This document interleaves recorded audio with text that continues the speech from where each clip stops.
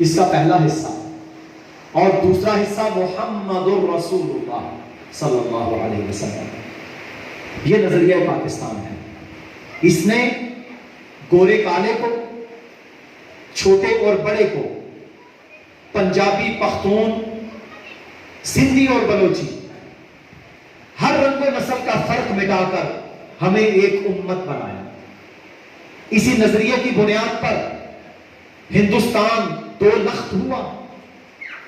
اللہ نے ہمیں یہ پاک سرزمین عطا کی، اور ہم اللہ سے یہ وعدہ کر کے آئے کہ یا اللہ، ہم اس کلمے کی لاج رکھیں گے، ہم لا الہ الا اللہ کی لاج رکھیں گے، ہم تیرے علاوہ کسی کو معبود نہیں مانتے، ہم ہندو کی طرح گائے کی، رام اور گھنشام کی پوجا نہیں کرتے، ہم ان کی طرح لنگ اور فنگ کی پوجا نہیں کرتے، ہم ایک اللہ کے سامنے جھکنے والے، اس وحدہ لا شریک کو معبود ماننے والے، جو اس ساری کائنات کا خالق اور مالک ہے، یا اللہ ہم تجھ سے وعدہ کرتے ہیں، ہم اس پاک سرزمین میں تیرے حکموں پر چلیں گے، تیرے دین پر چلیں گے، تیری ذات و صفات میں شرک نہیں کریں گے۔ اور دوسرا اس کا حصہ محمد رسول اللہ، یا اللہ ہمارے لیڈر، رہنما، پیشوا، مقتدا، وہ تیرے آخری نبی، ہمارے نبی جناب محمد صلی اللہ علیہ وآلہ وسلم ہے، ہم ان کی اطاعت اور اتباع کریں گے۔ قانون ان کا چلے گا، نظام جو وہ لے کر آئے وہ چلے گا۔ یہ وعدہ کر کے ہم نے یہ ملک لیا تھا، مگر ہم نے کیا کیا؟ ہم نے وعدہ خلافی کی، ہم نے اسلام کو پس پشت ڈالا، ہم نے نظریہ پاکستان کا رد کیا، ہم دین اللہ سے پھرے، ہم نے اپنے کشمیری، اتر پردیش کے، مدھیہ پردیش کے مسلمانوں کو بھلا دیا، ہم نے دنیا میں ظلم و ستم کے سلسلوں سے اعراض برتا۔ پھر اس کے نتیجے کیا ہوئے؟ پھر ہم پر حدیث کے مطابق، جہاں اللہ کے نبی صلی اللہ علیہ وسلم نے فرمایا کہ قیامت کے قریب یہ حالتیں ہوں گی کہ تمہارے حکمران دنیا کے ذلیل ترین لوگ ہوں گے، شرابی، زانی، بدکار، قاتل، لٹیرا، یہ الفاظ بہت چھوٹے ہیں۔ ہم نے تو وہ لوگ پیدا کیے جنہوں نے نظریہ پاکستان کے ساتھ غداریاں کی، ملک کو بیچا، پاکستان کو توڑنے کے ایجنڈوں پر دستخط کیے، دشمنوں کے ساتھ، جیسے مودی کہہ رہا تھا کہ ہم نے رت بہائی اور ہم نے پاکستان کو توڑا، ان کے ساتھ یاریاں لگائی۔ اجیت دوگل جیسے بدماشوں کو جو پاکستان کو توڑنا چاہتے ہیں، اس کے منصوبے بناتے ہیں، ان کو ہم نے مری میں لا کے بٹھایا۔ سندھو دیش، اردو دیش، پختونستان، گریٹر بلوچستان کے سٹنٹ پاکستانیوں نے لگائے۔ آپ کے سیاستدانوں نے یہ نعرے لگائے، کوئی لندن میں جا کے بیٹھا، کوئی کابل میں جا کر بیٹھا، کوئی دہلی میں جا کر بیٹھا، کافروں کے اموال پر پل کے اپنے ملک کو توڑنے کی سازشیں کی۔ میرے بھائیوں، آج حافظ سعید کے یہ بھائی، آج حافظ سعید کے یہ نمائندے ملی مسلم لیگ کے پلیٹ فارم سے آپ کے سامنے، میرے بھائیوں، 70 سال پرانی وہ دعوت لے کر آئے ہیں کہ آؤ مسلمانان پاکستان، نظریہ پاکستان پر جمع ہو جاؤ۔ اگر بچنا چاہتے ہو تو لا الہ الا اللہ محمد رسول اللہ کو تھام لو، اگر بچنا چاہتے ہو تو لسانیت، عصبیت، صوبائیت، برادری ازم، اس کو چھوڑ کر محمدی بن جاؤ، محمدی بن جاؤ۔ محمدی بنو گے، اللہ تعالیٰ تمہارے دلوں میں محبتیں ڈال دے گا، اللہ تعالیٰ تمہیں دنیا میں غلبے عطا کرے گا، اللہ تعالیٰ تمہارے ملکوں کی حفاظتیں کرے گا۔ تو میرے محترم بھائیوں، ہم نے اس ملک کی بقا کے لیے، اس کے اسلامی تشخص کی بقا کے لیے الحمدللہ یہ کام شروع کیا ہے، اور ہمارا کردار 30 سال کا آپ کے سامنے ہے، 30 سال کا کردار آپ کے سامنے ہے۔ کبھی فلاح انسانیت کے نام سے، کبھی زلزلوں کے اندر، کبھی سیلابوں کے اندر، کبھی مجبوروں کے ساتھ، کبھی کشمیریوں کے ساتھ، کبھی برما کے لوگوں کے ساتھ، کبھی غزہ و فلسطین میں، کبھی خون بہاتے ہوئے، کبھی دنیا کے لیے میرے بھائیوں اپنی جان کو ہتھیلی پر رکھ کے محنتیں کرتے ہوئے، یہی وہ آپ کے بھائی ہیں جو اپنے دل میں درد دل رکھتے ہیں۔ اور میرے بھائیوں ہم یہ پورے وثوق کے ساتھ آپ کے سامنے اعلان کرتے ہیں، جاؤ کراچی سے خیبر تک کوئی ایک جماعت دکھا دو جس کا نعرہ نظریہ پاکستان ہے۔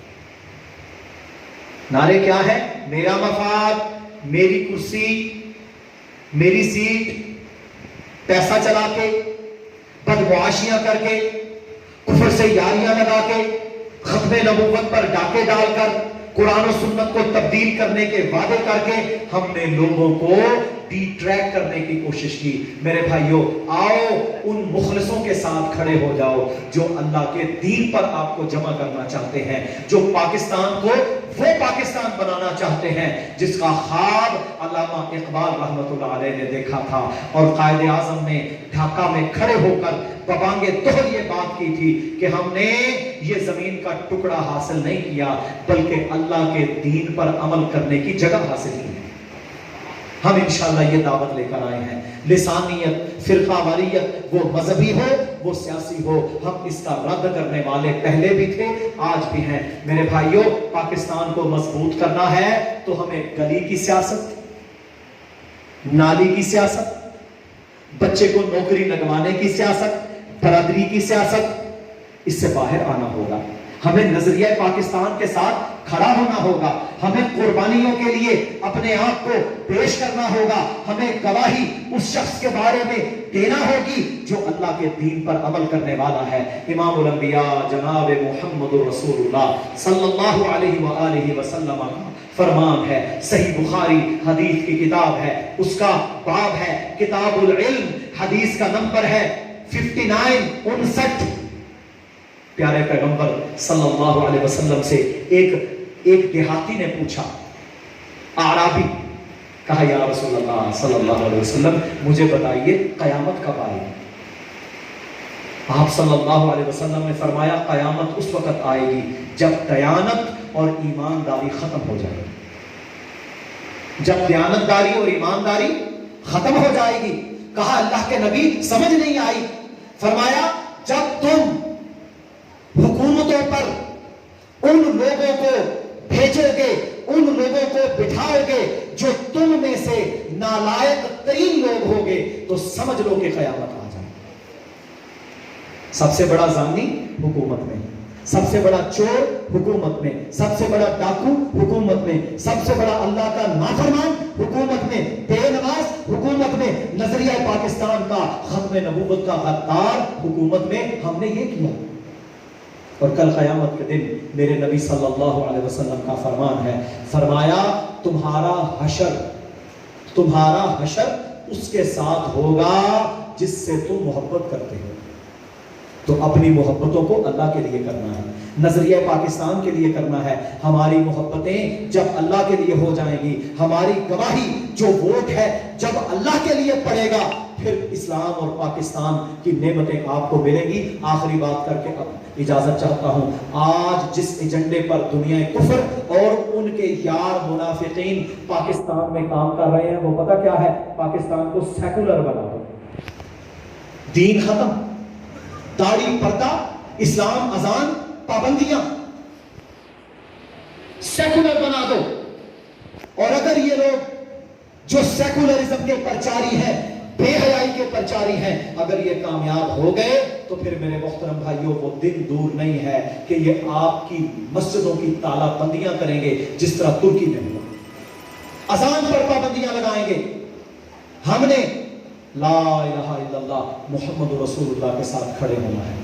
ہم تعداد میں کم ہیں، ہم کروڑوں اربوں کے بجٹ نہیں رکھتے، لیکن ایک بات ضرور ہے، ہم اخلاص کے ساتھ اپنے بھائیوں کے پاس آئے ہیں، اور انشاءاللہ ہمارا یہ آنا اس سے پہلے بھی تھا، اس کے بعد بھی رہے گا۔ اور ایک بھائی مجھ سے پوچھ رہا تھا آپ ملیں گے کہاں؟ ہم نے کہا ہمیں ملنا ہے تو ممبر رسول پر، ہم ممبر رسول پر ملیں گے صلی اللہ علیہ وسلم، ہم مسجد میں ملیں گے،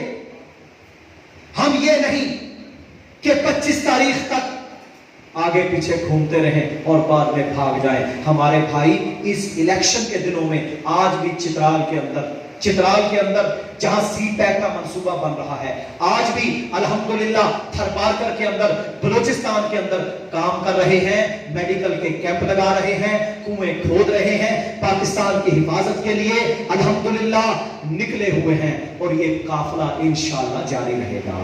جب ہم سیاست میں نہیں تھے تب بھی خدمت، اور انشاءاللہ سیاست میں آنے کے بعد بھی خدمت. تو میرے بھائیوں انشاءاللہ NA85 میں جماعت نے الحمدللہ مجھ پر یہ ذمہ داری ڈالی. یہ NA85 کا حلقہ ہے. آپ بھائیوں نے دین والوں کا ساتھ دینا ہے، آپ بھائیوں نے نظریہ پاکستان والوں کا ساتھ دینا ہے، آپ بھائیوں نے اپنے بھائیوں کے ساتھ کھڑا ہونا ہے. اور یہ ہمارے بھائی مہر محمد اکبر PP 66 جماعت نے الحمدللہ دین والے لوگوں کو آپ کے سامنے پیش کیا ہے. اور ہمارا آپ سے یہ وعدہ ہے، اگر میرا رب ہمیں کسی مقام پر پہنچاتا ہے، ہم انشاءاللہ اپنے اللہ سے اور اپنے آپ سے اور آپ سے یہ وعدہ کرتے ہیں کہ ہم لا الہ الا اللہ محمد رسول اللہ کے ساتھ غداری نہیں کریں گے.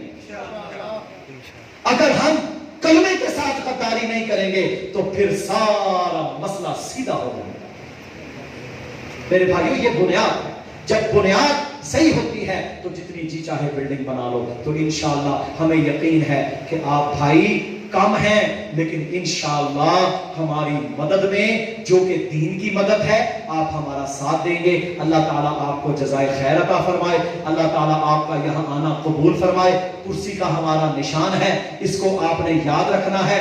اور اس وقت سب سے بڑا مخالف ہمارا ہے ہندوستان کے 400 کے قریب چینلز 24 گھنٹے یہ میرے بھائیوں خبریں چلا رہے ہیں. حافظ سعید اس کے دہشت گرد آتنکوادی، انہوں نے یہ کر دیا، یہ آ گئے. اگر یہ آ گئے تو ہمارا کچھ نہیں بنے گا. میرے محترم بھائیوں ہم انشاءاللہ اس بات پر فخر کرتے ہیں کہ کافر ہمیں اپنا دشمن سمجھتا ہے.